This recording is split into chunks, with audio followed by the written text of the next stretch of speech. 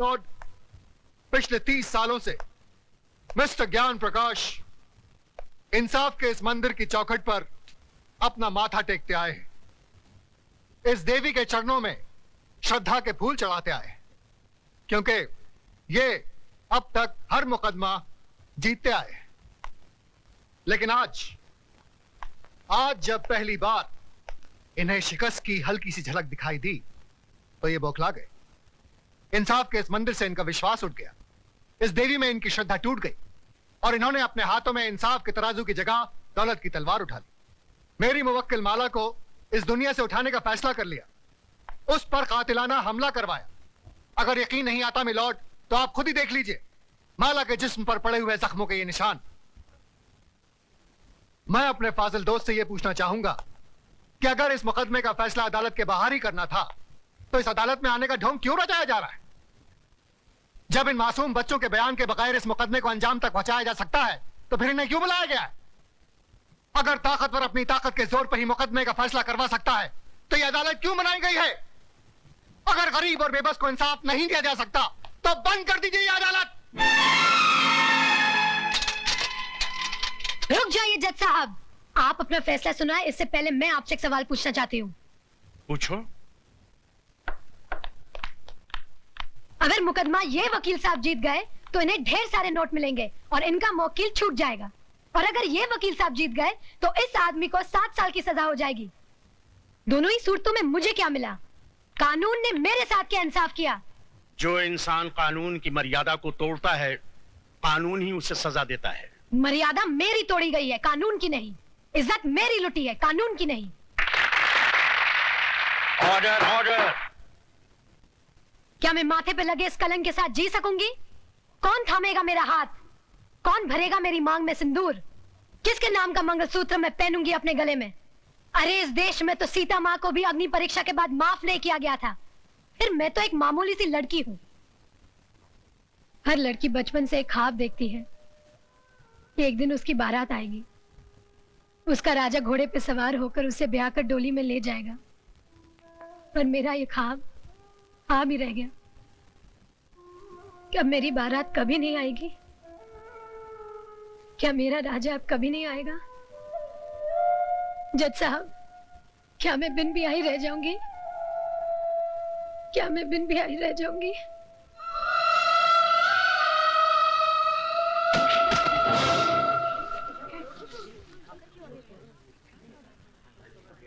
हाँ, अपने आप को दादा कहते हैं। सारा शहर कांपता है इनसे, मगर एक मामूली सी लौंडिया को खत्म नहीं कर पाए। अरे लानत है तुम पे और तुम्हारे आदमियों पे। अब खड़ा खड़ा मुंह क्या देख रहा है? Get the hell out of here you stupid asshole.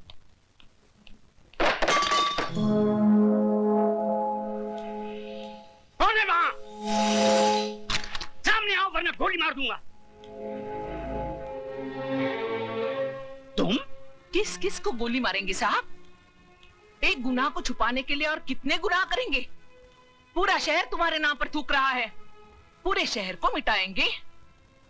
साहब, इंसानी बने रहना, भगवान बनने की कोशिश मत करना, वरना वो ऐसा मिटा देगा कि ना तुम जी सकोगे ना ही मर सकोगे। तुम्हारी ये मजाल कि हमारे सामने जबान खोलो। 40 साल लगे साहब, 40 साल, तब जाके जबान खुली है। पैसों से बहुत बड़े हो गए लेकिन इंसान छोटे रह गए। कौशल्या, तुम्हें तमीज नहीं मालिक से कैसे बात की जाती है? तुम तमीज सिखाओगी मुझे, जिसने तुम्हारे मर्द को पैजामे का नाड़ा बांधना सिखाया है? अरे बहू, जब घर में आग लगी हो तो पानी डालकर उसे बुझाया जाता है, लेकिन तुम उस आग में तेल डाल रही हो। अगर इसी रफ्तार से तेल डालती रही तो कुछ ही दिनों बाद यहाँ हवेली नहीं शमशान घाट होगा। इनफ इज इनफ, नमक हराम, दफा हो जाए यहाँ से। और खबरदार जो फिर इस दहलीज पे कदम रखा। फिक्र मत करो साहब, तुम्हारी दहलीज पर पैर तो क्या, उस पर थूकूंगी भी नहीं। दोनों तरफ के गवाहों के बयानात सुनने के बाद और तमाम हालात को मद्देनजर रखते हुए ये अदालत इस नतीजे पर पहुंची है कि मुल्जिम राज ने जुर्म किया है और वो कानून का मुजरिम है। लेकिन कानून से पहले वो माला का मुजरिम है। जिसकी जिंदगी को उसने तबाह कर दिया और समाज में इज्जत से जीने का हक उससे छीन लिया। लिहाजा ये अदालत मुल्जिम राज को यह हुक्म देती है कि जिस लड़की को नंगा करके उसने बेइज्जत किया, उसी लड़की से शादी करके उसे अपने घर की इज्जत बनाए।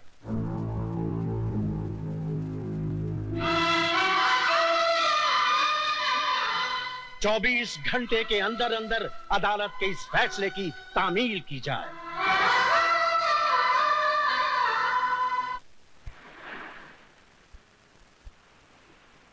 लिहाजा यह अदालत मुल्जिम राज को यह हुक्म देती है कि जिस लड़की को नंगा करके उसने बेइज्जत किया, उसी लड़की से शादी करके उसे अपने घर की इज्जत बनाए।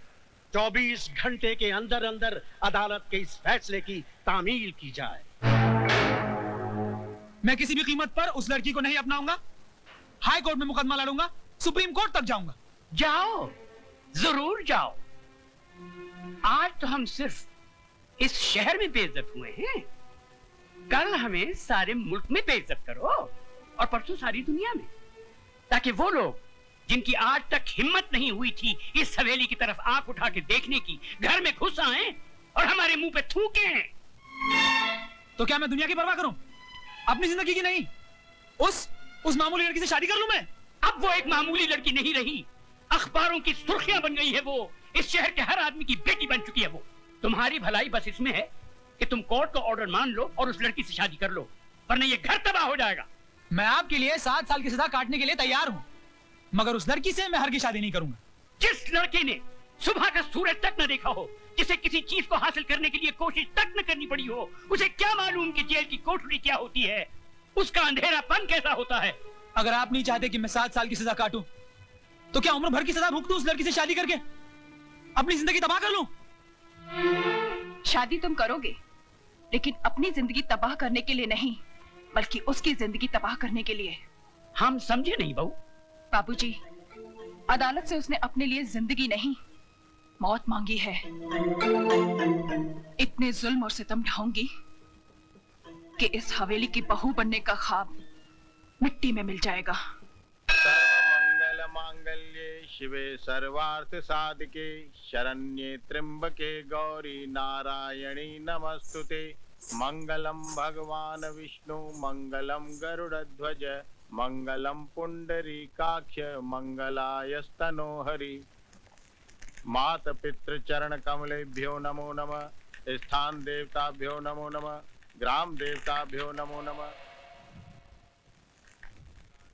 शरण्ये त्र्यंबके गौरी नारायणी नमस्तुते। हार पहना बेटी।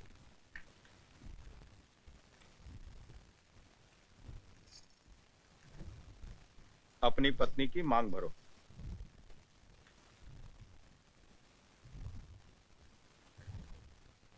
ऐसे नहीं बेटा, इस सिंदूर का अर्थ तो समझ लो। तुमने एक बार अपनी पत्नी की मांग में सिंदूर भर दिया तो तुम्हारे जीते जी ये सिंदूर कभी नहीं मिटेगा। इसका मतलब ये सिर्फ सिंदूर नहीं, इस बात की गवाही है कि तुम जिंदा हो और सही सलामत।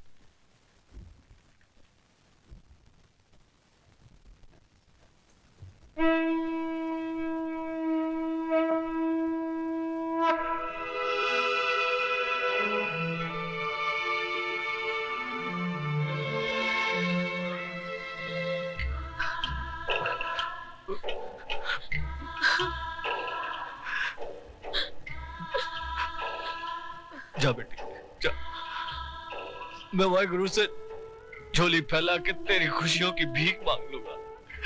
जा।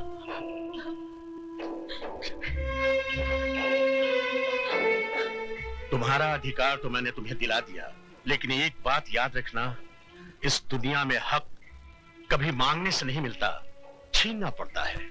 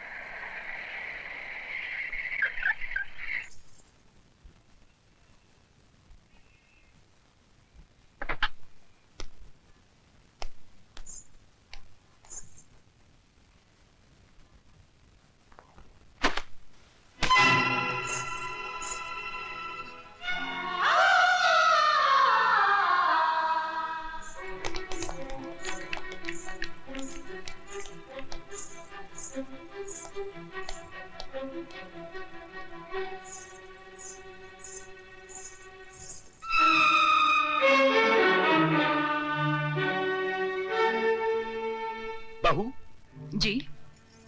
हम लंदन जा रहे हैं। अपना वादा मत भूलना। हमारे आने से पहले ये कूड़ेदान का कचरा इस घर से बहुत दूर होना चाहिए। आप फिक्र मत कीजिए बाबूजी, ऐसा ही होगा।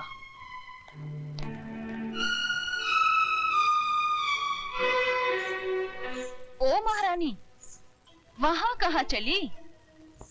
जी मैं। रामू, जी मैम साहब। इनको जरा इनका महल दिखा दो। मुझे महल नहीं, मुझे मेरे पति के चरणों में जगह चाहिए। ओए होए, सती सावित्री की बात तो सुनो। लगता है बाप ने ठीक से समझा बुझाकर भेजा है कि उंगली पकड़कर पोंछा कैसे पकड़ा जाता है। कान खोलकर सुन ले, इस घर में मालिकों का कमरा अलग और नौकरों का कमरा अलग है। रामू जी। ले जा इसे नौकरों के कमरे में। आइए बहुरानी। खबरदार जो इसे किसी ने बहुरानी कहा, ये नौकरानी है, सिर्फ नौकरानी। शारदा, ये क्या कर रही हो तुम? ऐसा सलूक थोड़ी किया जाता है। तुम चुप रहो जी। खबरदार जो तुमने इसकी तरफदारी की तो जाओ, जाके अपना काम करो।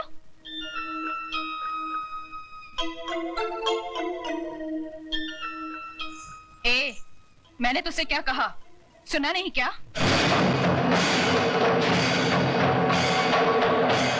सुनो बड़ी बहू रानी, ये सिंदूर बाजार में 2 पैसे में जरूर मिलता है, लेकिन जब किसी औरत की मांग में भर दिया जाता है तो इसकी कीमत भगवान भी नहीं चुका सकता। फिर तू क्या चीज है? मेरा कद भले ही 5 फुट का है, लेकिन मेरी जुबान 10 फुट की है और हाथ 20 फुट का। दोबारा तमीज से बात नहीं की तो उसी म्यूनिसिपालिटी के स्कूल में भर्ती करा दूंगी जहाँ तेरा बाप चपरासी है। तूने मेरे बाप को गाली दी? मैं तेरे बाप को गाली क्यों दूंगी? तू तो खुद तेरे बाप के लिए एक गाली है, वरना अपनी छोटी बहन की दलाली करने यहाँ नहीं आता, समझा?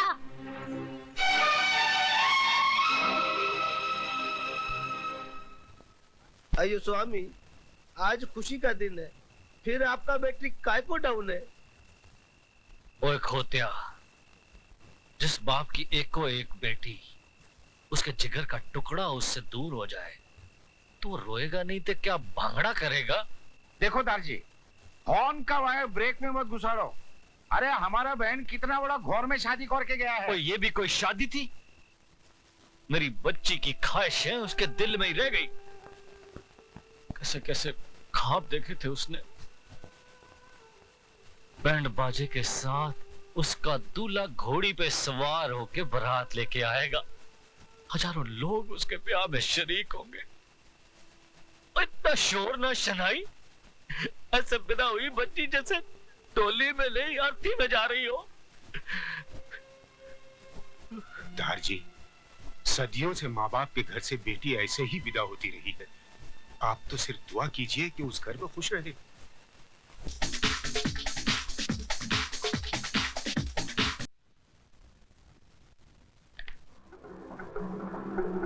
तुम यहाँ क्या करने आई हो? अपना अधिकार लेने। तो फिर जाओ और जाकर उसी अदालत का दरवाजा खटखटाओ। जज साहब, सिंदूर और मंगलसूत्र के साथ साथ मुझे पति का शरीर भी दिलवा दीजिए। औरत अभी इतनी कमजोर नहीं हुई कि हर वक्त भीख मांगती रहे, वो छीनना भी जानती है। तो आगे बढ़ो और छीन लो राज को मुझसे।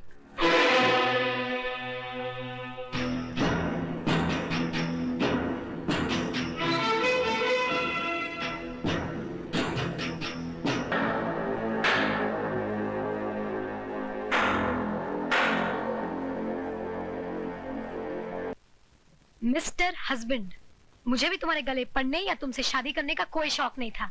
गौर से देख लो मुझे, मैं हिंदुस्तान की अदालत की वो मोहर हूँ जो तुम्हारे माथे पे लगा दी गई है कि मैं तुम्हारी पत्नी हूँ और तुम मेरे पति।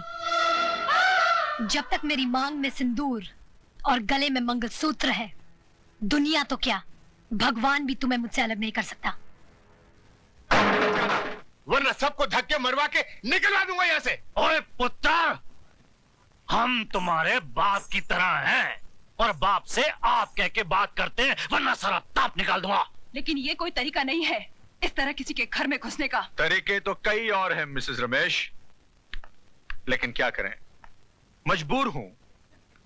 कोर्ट ने हमें सिर्फ इतना ऑर्डर दिया है कि मैं माला की देखरेख करता रहूं। For now. तो ठीक से देख लीजिए, आपकी गुड़िया ठीक है या कहीं से टूट गई है? ओ बीबी, अगर हमारी गुड़िया गलती से भी जरा सी टूट गई ना, तो तुम सबको मैं साथ तोड़ूंगा, जिंदगी भर जोड़ नहीं सकोगे। दार जी, आप फिक्र मत करो, मैं बिल्कुल ठीक हूँ और इन्हें ठीक करना भी जानती हूँ। वैसे नमूना नंबर 1 तो दिखाई दिया है, धीरे धीरे बाकी के नमूने भी दिखा दूंगी। बोले सोनिहा।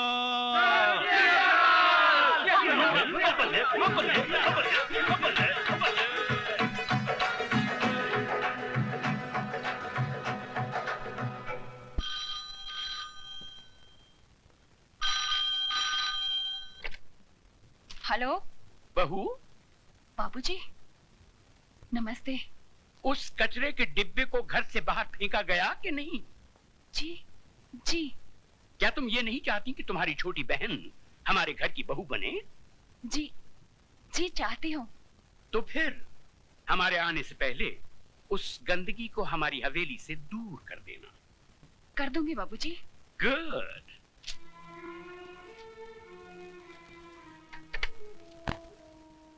इसका फोन था दीदी? ससुर जी का। कह रहे थे कचरे का डिब्बा बाहर फेंका कि नहीं। तो कह देती ना, कचरे के उस डिब्बे ने हम सबको कचरे की थैली बनाकर घर के बाहर लटका दिया है। भैया, तुम्हारे चिल्लाने से वो घर से बाहर नहीं चली जाएगी। सिस्टर डार्लिंग, तुमने सोचा था पुरानी हिंदी फिल्मों की तरह तुम उस पर जुल्म करोगी, उसको भूखा मारोगी, नौकरों की तरह बर्तन मंजवाओगी, जिससे घबराकर वो घर छोड़कर चली जाए। आजकल का जमाना बदल गया है। आजकल की लड़कियां मीना कुमारी की तरह आंसू नहीं बहाती, श्रीदेवी की तरह चाकू चलाती। चाकू। वो श्रीदेवी बने या माधुरी दीक्षित, मैंने उसका तेल नहीं निकाला तो मेरा नाम शारदा देवी नहीं। ओ सिस्टर डार्लिंग, ऐसी गलती हरगिज मत करना, वरना वो सरदार आगे से तलवार डालेगा और इंस्पेक्टर पीछे से डंडा। तो क्या करें, हाथ पर हाथ धरकर बैठ जाएं? कह दें कि माला जी हम हार गए, आप जीत गई। भैया, मैंने जब से होश संभाला है राज से प्यार किया है और मेरे जीते जी कोई राज को मुझसे छीन नहीं सकता। तुम माला को हराने की बजाय राज को जीतने की कोशिश करो, क्योंकि राज भले ही तुमसे प्यार न करता हो, लेकिन माला से नफरत जरूर करता है। और इसी बात का फायदा उठाकर बरस पड़ो उस पर, गिरफ्तार कर लो उसको अपनी मोहब्बत में।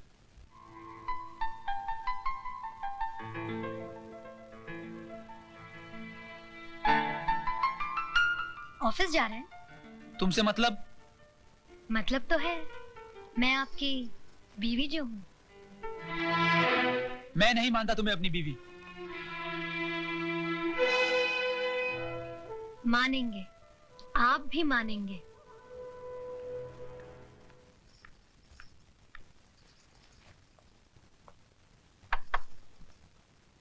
क्या मैं अंदर आ सकता हूँ? रमेश भैया, आप? अरे जीती रहो, सदा सुहागन रहो। सिर्फ मेरे आशीर्वाद से तुम सुहागन नहीं बनी रहोगी, बल्कि तुम्हें खुद अपनी सुहाग की रक्षा भी करनी पड़ेगी। क्यों? उनके ऊपर कोई मुसीबत आने वाली है? इंसान के मुकद्दर में जब दौलत आती है तो मुसीबत भी साथ लाती है। मैं कुछ समझी नहीं। शराब और जुए के नर्क से आदमी को वापस लाया जा सकता है, लेकिन अगर मर्द किसी दूसरी औरत के पल्लू से बन जाए तो उसे सिंदूर और मंगलसूत्र भी वापस नहीं ला पाएंगे।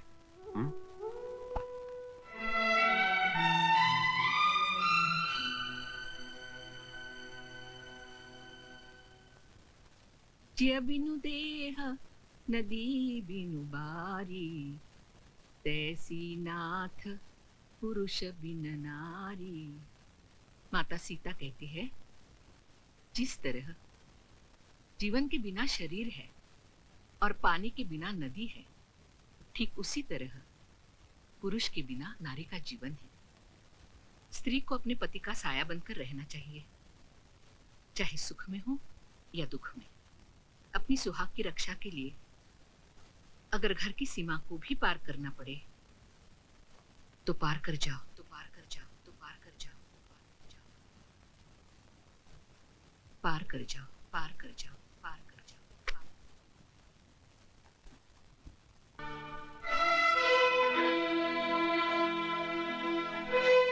तुमको इतनी भी तमीज नहीं है कि बिना इजाजत किसी के यहाँ नहीं जाना चाहिए? तुम सिखाओगी मुझे तमीज? तमीज होती तो मेरे मर्द की बाहों में एक बाजारू औरत की तरह ना पड़ी होती। You bitch! ये अंग्रेजी गाली अपने पास ही रखना।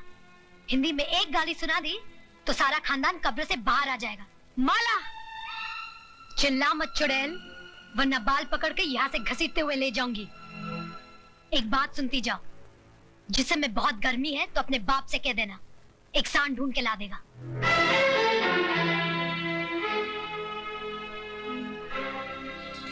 चलिए घर चलिए। मैं घर नहीं जाऊंगा, मैं यहाँ रहूंगा और मेरी मर्जी में जो आएगा मैं वो करूंगा।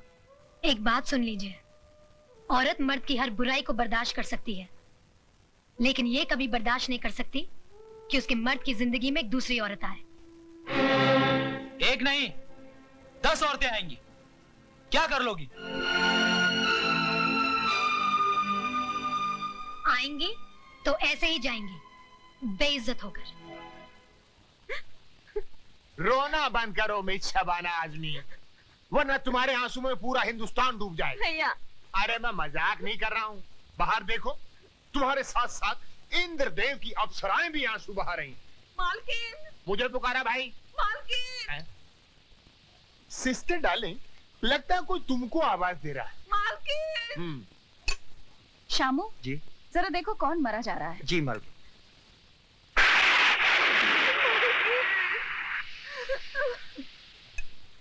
मालकिन, नीचे कौशल्या आई है।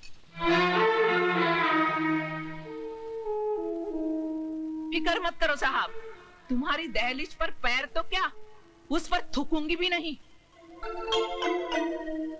शामू उसे ऊपर लेकर आओ। मालकिन! मालकिन! मेरे पोते को बचाइए, बुखार आ गया है इसे, बेचारा बेहोश हो गया है। यहाँ क्यों लाई है इसे? ये क्या सरकारी अस्पताल है? मालकिन, इसे अस्पताल दाखिल करना है, मुझे 500 रुपए दे दीजिए, इसकी जान बच जाएगी। क्या समझ कर आई है यहाँ? सरकारी खजाना पड़ा है?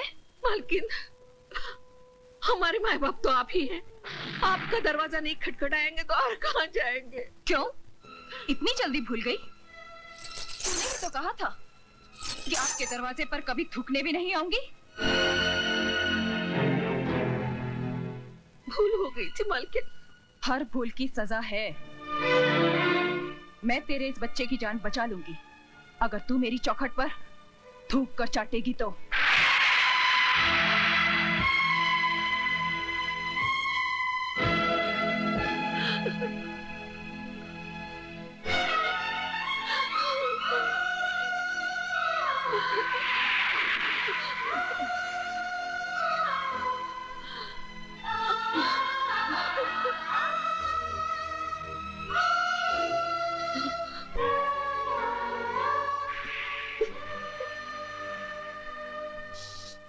रुक जाओ मौसी, उठो मौसी। ये हवेली और ये चौखट बड़ी बहू दहेज में लेकर नहीं आई थी। इस पर जितना हक बड़ी बहू का है उतना ही छोटी बहू का है। शारदा देवी, तिजोरी की चाबी लाओ।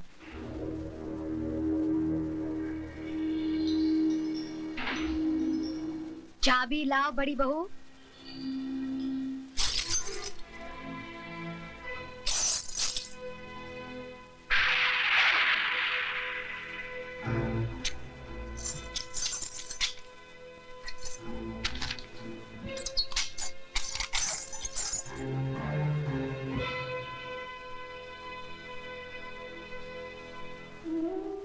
ये लो मौसी।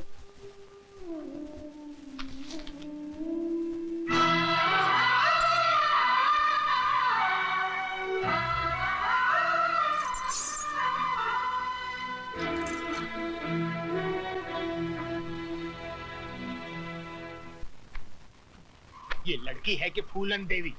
अरे खड़ी क्या हो, जल्दी जल्दी कपड़े बांधो, वरना अभी तो उसने सिर्फ तिजोरी की चाबी छीनी है, फिर कहीं आ गई तो सारे कपड़े उतरवा देगी। इलाहाबाद नंगा जाना पड़ेगा, नंगा। दीदी, मुझे तो बहुत डर लग रहा है, तुम भी हमारे साथ चली चलो। ठीक है, लेकिन तुम लोग ये मत समझना कि मैं उससे डर कर जा रही हूँ। नहीं नहीं नहीं नहीं, हम लोग तो उसको डरा के जा रहे हैं।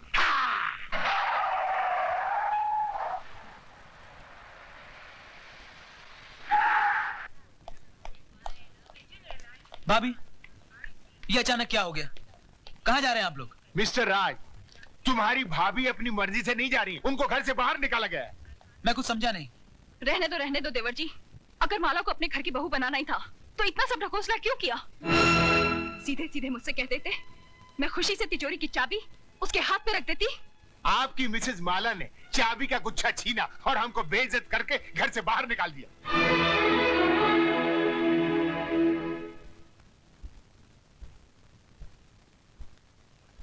माला, माला! रुक जाइए रमेश भैया, आपको मेरी कसम जो बीच में आए। मैं जानती हूँ कि आपके दिल में मेरे लिए हमदर्दी है, लेकिन आज आप भी उन सब की तरह तमाशा देखिए जिनके दिलों की हसरत आज पूरी होगी। हाँ तो मिस्टर हस्बैंड, रुक क्यों गए? दिखाइए अपनी मर्दानगी और इस बेल्ट से लिख दीजिए मेरी पीठ पर कि मैं तुम्हारी पत्नी नहीं हूँ। लेकिन याद रखना, जितने भी जख्म दोगे हर जख्म से एक ही आवाज आएगी, जीते जी इस घर से कभी नहीं जाऊंगी। जाऊंगी तो मरने के बाद, वो भी तुम्हारे कंधे पर सवार हो।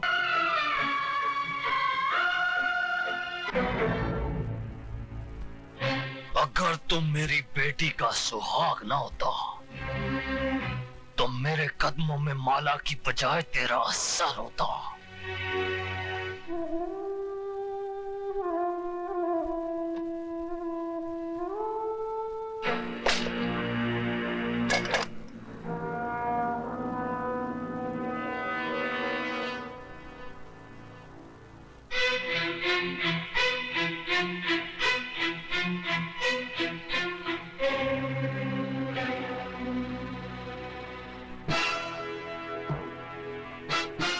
चला गोली, अगर तेरी माँ ने दूध पिलाया है तो चला गोली, चला गोली। मामा जी, आप? मर गया तेरा मामा। मामा जी, अगर डैडी को पता चला कि आपने मुझ पे हाथ उठाया है तो क्या कर लेगा तेरा बाप? नौकरी से निकाल देगा ना? निकाल दे नौकरी से। मामा जी, आप अपनी औकात भूल रहे हैं। औकात मैं अपनी नहीं भूल रहा हूँ, रिजर्व बैंक की औलाद। औकात तू अपनी भूल रहा है, तू। मामा, तुम सठिया गए हो। मैं अभी डैडी को फोन करता हूँ, वो तुम्हारी ऐसी खबर लेंगे। अरे तेरे बाप में अगर दम होता तो पीठ दिखाकर लंदन नहीं भागता। वो जानता था कि वो हार गया है। वो अपनी दौलत से हिंदुस्तान के कानून को नहीं खरीद पाया, इसलिए सर पर पैर रखकर यहां से रफू चक्कर हो गया। बहुत हो गया मामा जी।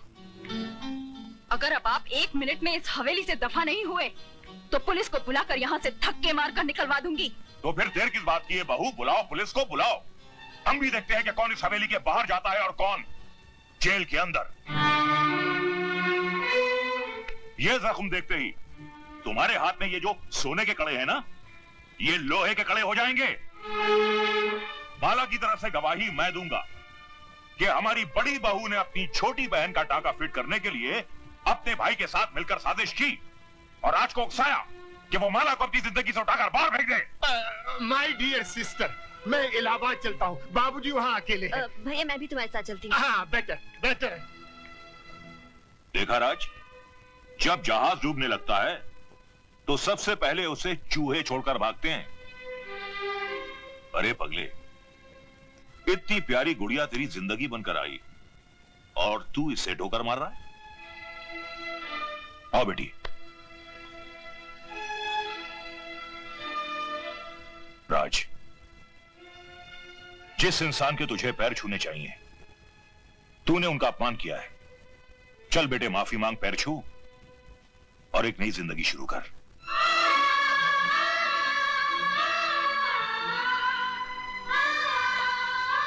मुझे माफ कर दीजिए। ऐसा अनर्थ मत कर बेटा, मैंने तो कन्यादान किया है। तू मेरे पैर छुएगा तो मैं तो सीधा ही नरक में चला जाऊंगा। देखा बेटे, इसे कहते हैं महान आत्मा। तूने इनकी बेटी पर इतने जुल्म ढाए और इन्होंने तुझे एक पल में माफ कर दिया।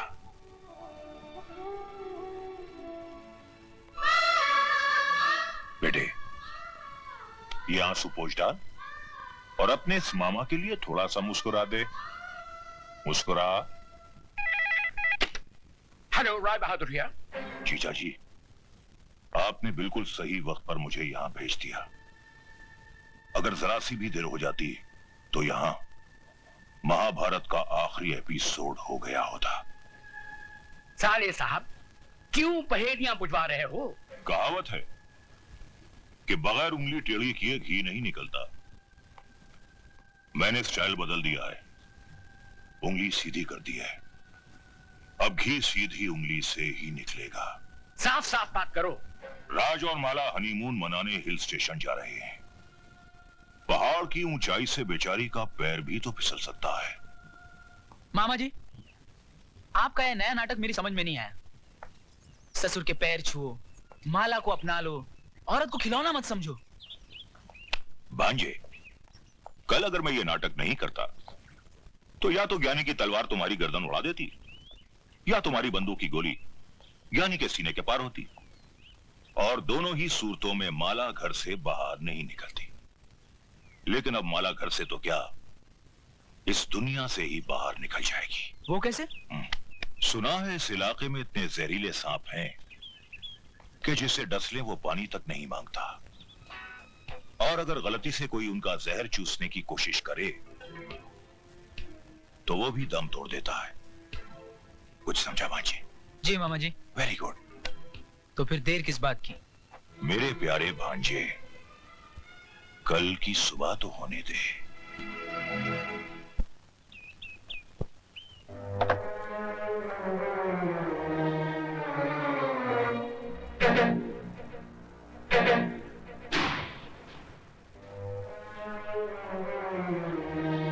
Very good. बस भांजे बस, 2 मिनट में खेल खत्म।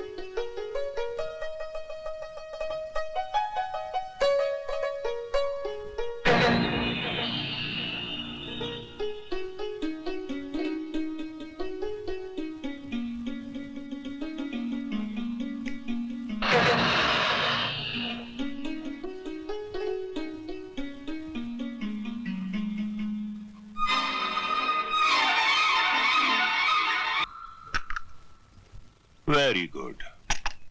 भांजे, माला की आखिरी चीख तुम्हारी आजादी का ऐलान है। जाओ भांजे जाओ, अपनी कानूनी बीवी के आखिरी दर्शन कर लो।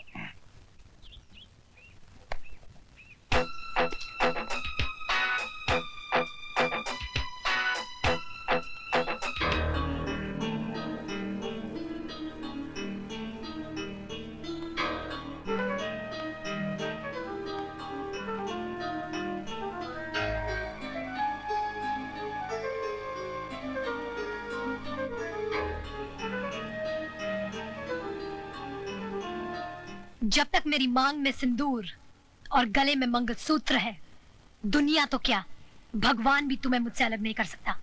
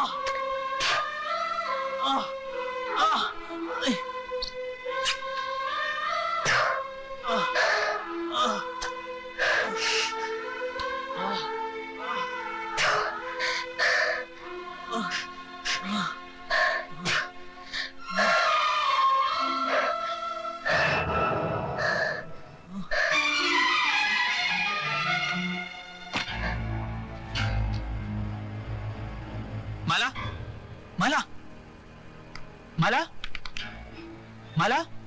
Very good. माला, माला। भांजे क्या बेवकूफी कर रहा है, मर जाने दे से।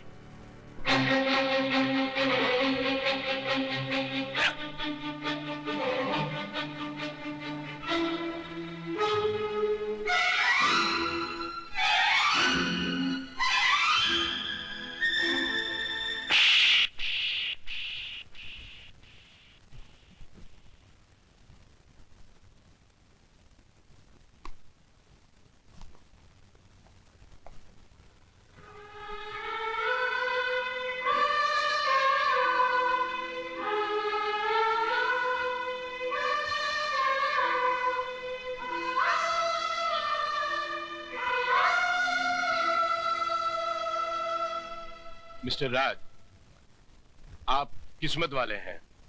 इतने जहरीले सांप का जहर चूसने के बाद भी आपकी पत्नी बच गई। मैंने इंजेक्शन दे दिया है, किसी तरह रात गुजर जाए। थैंक यू डॉक्टर साहब। All the best.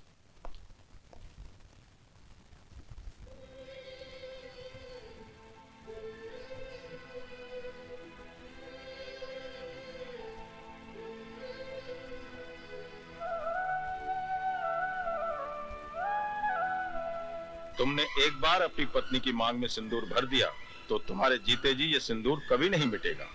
जीते जी इस घर से कभी नहीं जाऊंगी। जाऊंगी तो मरने के बाद, वो भी तुम्हारे कंधे पर सवार होकर।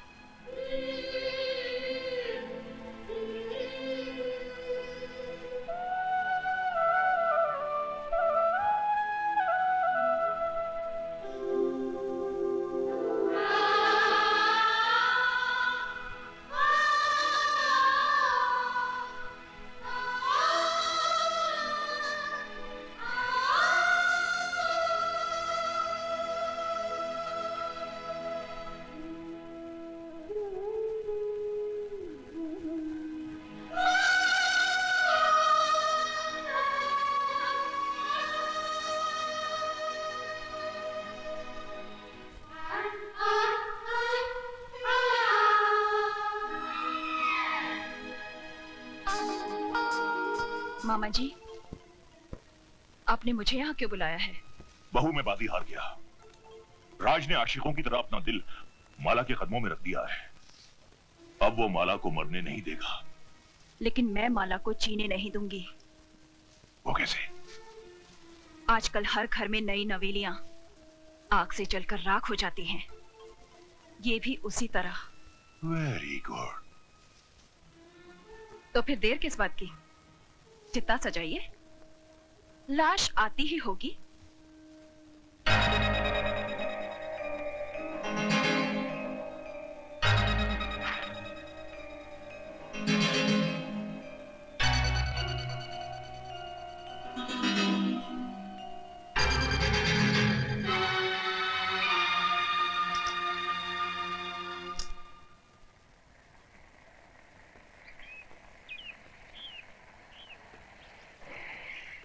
लोग आ गए।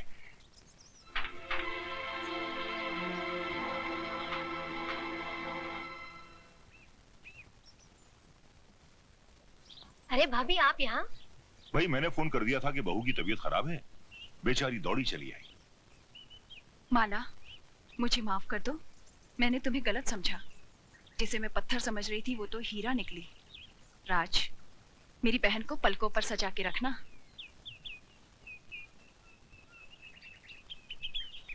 आप लोग बैठिए, मैं चाय बना कर लाती हूँ।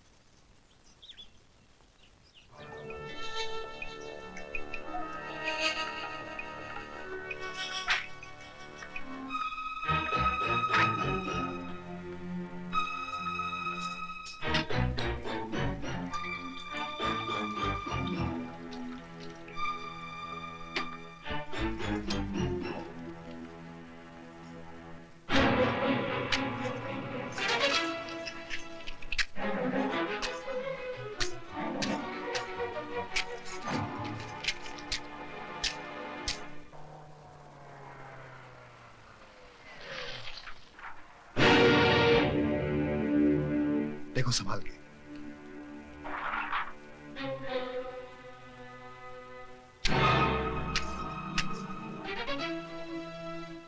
अरे दीदी, तुम यहाँ कैसे? राज, सुना है तुम्हें सांप ने काटा था। हाँ, तुम्हारी भाभी ने तुम्हारे इस भाई की जान बचा ली, वरना अभी तक राम नाम सत्य हो गया होता। चुप। लेकिन सांप घर में आया कैसे? वकील साहब, सांप आपके कानून को नहीं मानता, वो अपनी मर्जी से कहीं भी आ जा सकता है। राज, भाभी कहाँ है? चाय बना रही। मैं मिलकर आती हूँ। अरे सुधा दीदी, आप कब आई? बस अभी अभी। लेकिन तुम अंदर क्या कर रही थी? देखो ना, क्या बकवास माचिस है, एक भी तीली नहीं जल रही। बेटी ये लाइटर ले लो।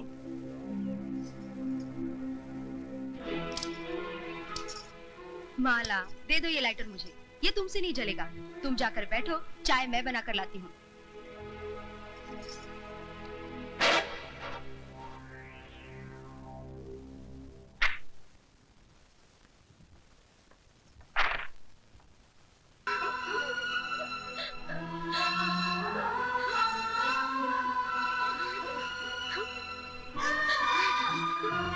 What?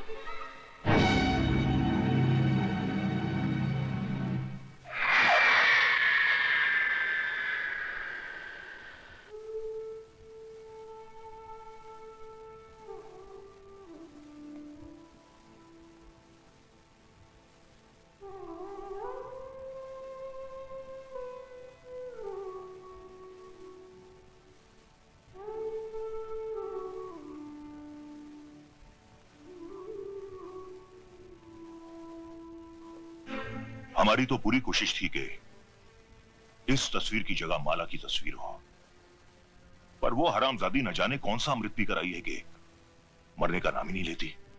वो तो शुक्र है भगवान का कि किसी को हम पर शक नहीं हुआ, वरना अब तक हम तो जेल की चक्की पीस रहे होते।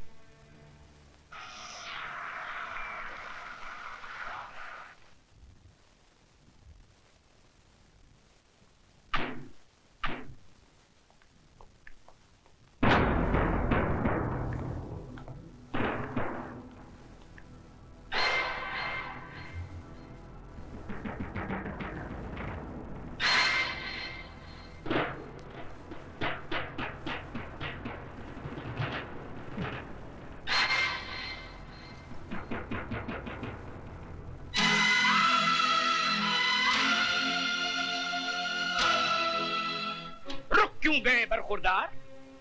अपनी महबूबा का दामन थामे हुए आगे बढ़िए।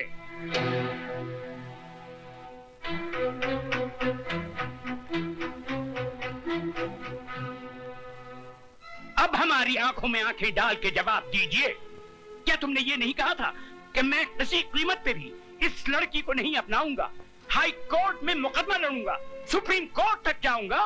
कहा था। और ये भी तो कहा था कि मैं 7 साल की सजा काटने को तैयार हूं, मगर इस लड़की से हरगिज शादी नहीं करूंगा। ये भी कहा था। तो फिर आज क्या हो गया? कौन सा तूफान उमड़ पड़ा कि जिस लड़की को हमारा खानदान अपने पैरों की धूल समझता है, उसी को तुमने अपने सर पर बिठा दिया। जिस लड़की ने हमें शहर भर में बेइज्जत किया, उसे तुम अपने दिल में बसा बैठे। जिस लड़की का रुतबा हमारे घर में एक नौकरानी से भी ऊंचा नहीं होना चाहिए था, उसे तुमने हमारे बराबर लाकर खड़ा कर दिया। क्यों राज, क्यों? वो मेरी भूल थी जिसके लिए मैं शर्मिंदा हूँ। जिस भूल पे तुझे आज शर्म आ रही है, वो भूल भी तूने ही की थी। गलत। उस भूल के जिम्मेदार भी आप हैं। बचपन में जब मैंने माली की पीठ पर कोड़े बरसाए थे, तो आपने क्या कहा था? हम अमीर हैं, ये हमारा पैदाइशी हक है कि हम जुल्म करें। वो गरीब है, जुल्म सहना उसका मुकद्दर है। गरीब और अमीर की खाई मेरे दिलो दिमाग में किसने खोदी? आपने। पैसों की तलवार मेरे हाथों में किसने थमाई? आपने। इंसान को इंसान न समझने की तालीम किसने दी? आपने। वाह भांजे वाह, वेरी गुड, वेरी गुड। तुम्हारी बातें सुनकर मुझे अफसोस नहीं हुआ बल्कि खुशी हुई कि तुमने बोलना तो सीखा। अल्फाज जरूर तुम्हारे हैं लेकिन जबान इस नागिन की है। मामा जी, तुम्हारी रगों में कल तक मेरी बहन का दूध और मेरे जीजा जी का खून दौड़ता था, लेकिन इसने तो अपना पूरा जहर भर दिया तुम्हारे जिस्म में। जिस देवर ने कभी अपनी भाभी से ऊंची आवाज में बात नहीं की थी, वही आज अपने बाप से बदतमीजी कर बैठा। सारे फसाद की जड़ ये है, ये जिस दिन से इस मनहूस ने इस घर में कदम रखा है, कौशल्या जैसी नौकरानी हमारी चौखट पर थूक कर चली गई और मेरी प्यारी भांजी सुधा भगवान को प्यारी हो गई। अरे जन्म जली, क्या तू पूरे खानदान को निकल कर ही जाएगी? उठाकर फेंक दो इसे घर से बाहर। खबरदार जो किसी ने भी। क्या करेगा तू? मैं भूल जाऊंगा कि आप मेरे बाप हैं और मैं आपका बेटा। तो क्या मुझ पे हाथ उठाएगा तू? उठा, उठा, बदतमीज, उठा, उठा ना। सबसे पहले मैं इस फसाद की जड़ को बाहर निकालता हूँ। ऐसी गलती मत कीजिए कि लोग आपको राय बहादुर कहना छोड़ दें।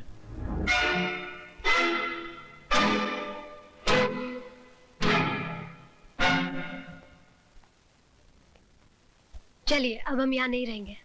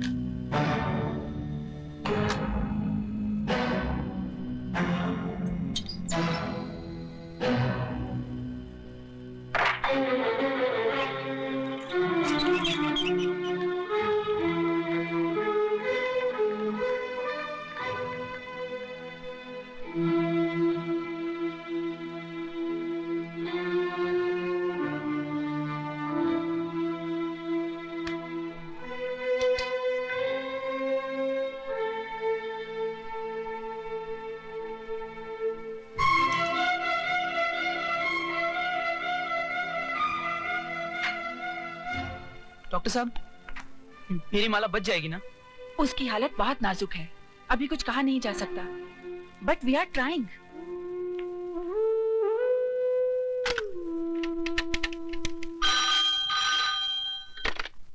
Hello inspector Khaniya. Inspector Khan, मैं ज्वेल हॉस्पिटल से डॉक्टर सुष्मिता माथुर बोल रही हूँ। एक केस रिपोर्ट करवाना है, injury of the skull. Case बहुत सीरियस है। किसको चोट लगी है? मशहूर इंडस्ट्रियलिस्ट राय बहादुर जी की बहू माला को। माला को? जी हाँ। मैं अभी आता हूँ। डॉक्टर, पेशेंट की पल्स सिंक हो रही है।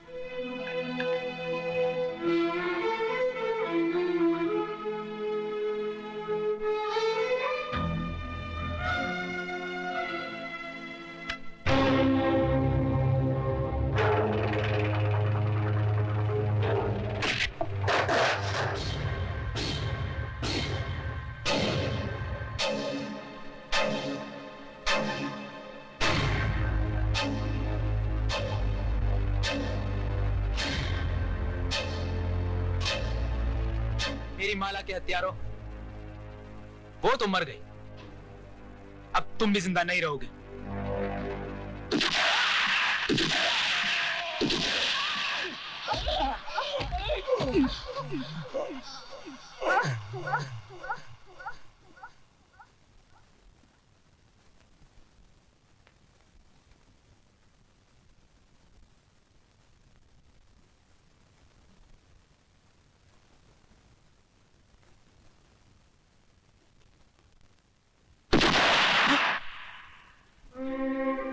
राज, माला कैसी है?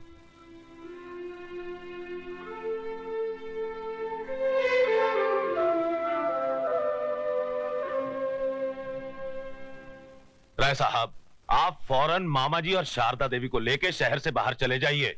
मैं कोर्ट में साबित कर दूंगा कि वारदात के समय आप लोग शहर में थे ही नहीं। नहीं। हेलो, राय बहादुर के कानूनी दलाल, दे फोन मेरे बाप को।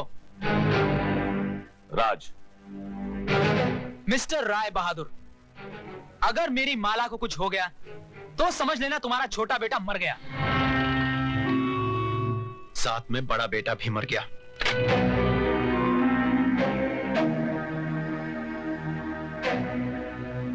बाबूजी, क्या हुआ? जीजा जी कुछ बोलते क्यों नहीं?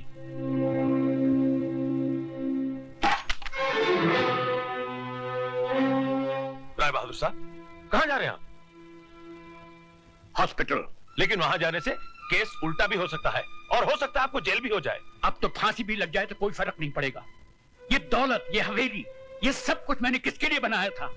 अपनी छाती पर लाद कर ऊपर ले जाने के लिए नहीं, अपने बेटों के लिए, अपने जिगर के टुकड़ों के लिए।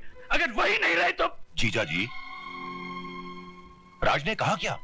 सिर्फ राज ने ही नहीं, मेरे दोनों बेटों ने इस बरसों की मेहनत से बनाई हुई हवेली को एक ही ठोकर में रेत के घिरौने की तरह बिखेर दिया। मेरे अहंकार के मुंह पर थूक दिया। कहने लगे, जाओ राय बहादुर, हम तुम्हारी औलाद नहीं, खरीद सकते हो तो अपनी दौलत से 2 बेटे खरीद लो। वाह ऊपर वाले, तूने आज एक ही ठोकर में मेरी सारी दुनिया मिटा दी। जीजा जी, जीजा जी, ये बुढ़ा तो सटिया गया है, खुद तो मरेगा, साथ में हमें भी जेल की चक्की पिसवाएगा। वकील साहब, अब आप ही कुछ करिए ना। अब मेरे हाथ में कुछ नहीं रहा, सब कुछ माला के बयान पे डिपेंड करता है। मतलब कि हमारी जान अब माला की मुट्ठी में कैद है? बिल्कुल।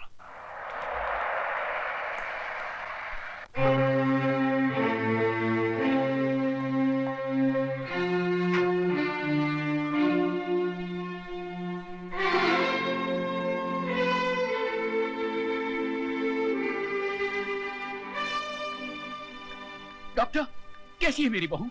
अभी कुछ नहीं कहा जा सकता, शायद ऑपरेशन करना पड़े। तो कीजिए, दुनिया के बड़े से बड़े डॉक्टर सर्जन को बुलाइए, जितने पैसे लगे लगा दीजिए। देखिए, हम पूरी कोशिश कर रहे हैं। सिर्फ कोशिश नहीं डॉक्टर, मुझे मेरी बहू चाहिए। मैं आपके पांव पड़ता हूँ, मैं आपसे भीख मांगता हूँ। राय बहादुर दौलत के बगैर जी सकता है, मगर औलाद के बगैर बिल्कुल नहीं। डैडी, प्लीज संभालिए अपने आप को।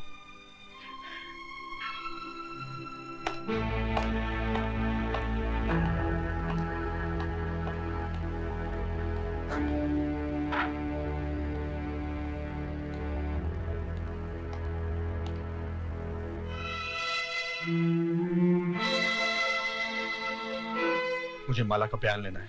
आप बाहर इंतजार कीजिए, जब ये होश में आ जाएगी मैं आपको बुला लूंगी।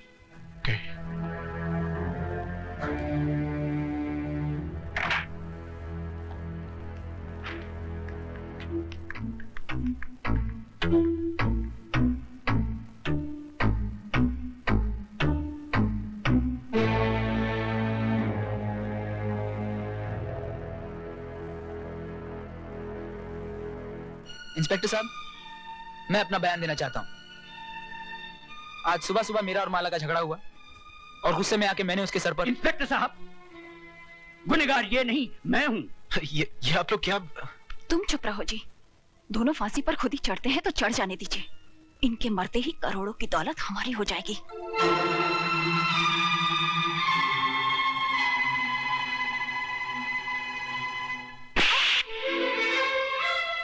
हरामजादी, कितना बड़ा कुआं है तेरे अंदर, जितनी भी दौलत डाल दी जाए कभी भरता ही नहीं। रमेश, आप बीच में मत बोलिए डैडी। यही है वो जड़ जिसने इस खानदान की हर शाख को जहरीला बना दिया है। अरे तू औरत नहीं, डायन है, डायन। मेरे डैडी का घमंड टूटकर बिखर चुका है, लेकिन तेरी भूख अभी तक नहीं मिटी। तो जैसी औरत को धक्के मारकर घर से बाहर निकाल देना चाहिए। कॉन्ग्रेचुलेशंस, माला की जान को अब कोई खतरा नहीं, आप लोग उससे मिल सकते हैं। बिल्कुल नहीं।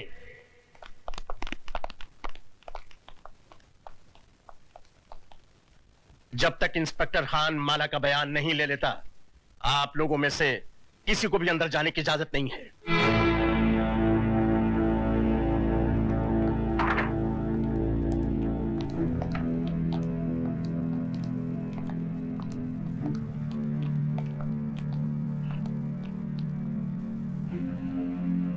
करतार सिंह, मैं तुम्हारा कसूरवार हूं, जो सजा चाहो दे दो।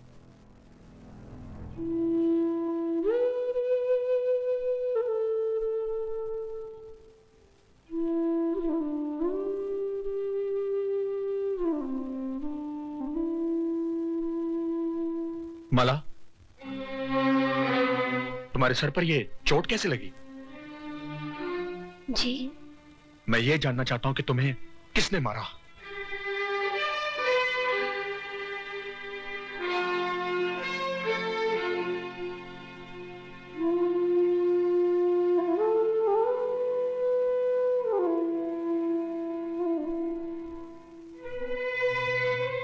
इंस्पेक्टर साहब, मुझे किसी ने नहीं मारा।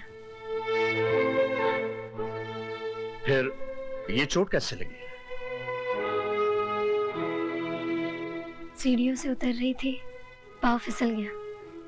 तुम सच कह रही हो? जी।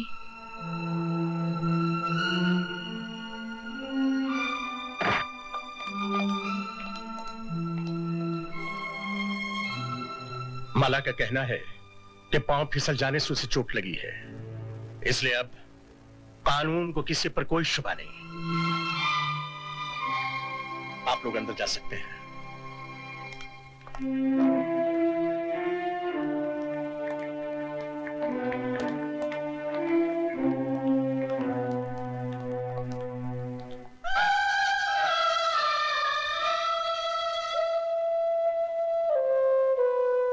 माला, मुझे माफ कर दो बहन। ऐसा मत कहो। एक औरत से उसका सुहाग छीनने की जो मैंने गुस्ताखी की है, वो तो माफी के काबिल भी नहीं है। गलती इंसान ही करता है, भगवान नहीं। शाबाश बेटी, तुमने हम सबको माफ करके ये साबित कर दिया कि इंसान पैसों से नहीं, परवरिश से बड़ा होता है। और देखा पुत्र, ऊपर वाले के घर में देर है, अंधेर नहीं। दारजी, मेरी शादी हो गई, घर मिल गया, घर का सुख मिल गया, बस एक ही शिकायत है। लेकिन क्या पुत्र? मेरी बारात नहीं आई। ओए राय बहादुर, क्या बोलता है? अब राजा की आएगी बारात।